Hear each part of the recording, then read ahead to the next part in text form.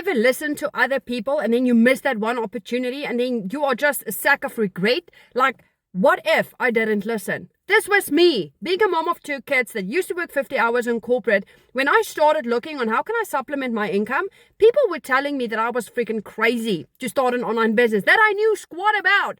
But I just knew I had to block out the noise. I had to listen to myself, because if I didn't take action, nothing would change. So when I found this program that literally showed me step by step how to build an online business as a complete side hustle, I thought, well, if so many other people can do it, then I can do it. I just need to understand what they are doing. So I followed this blueprint step by step. I invested one time, no monthly fees, no prior experience, no tech skills. I just implemented it into a 2-hour workday, now making me freaking thousands of dollars every single month in US dollars from anywhere in the world. So beginner friendly that literally anybody can do it. It was the best thing that I could have done, is to block out the noise and not listen to other people, because I would still be sitting in that shitty situation, burning my heart and soul 50 hours in corporate and still be struggling. So if you want to learn about this process, I would love to share it with you. Put a one in my comments. I will get you the info.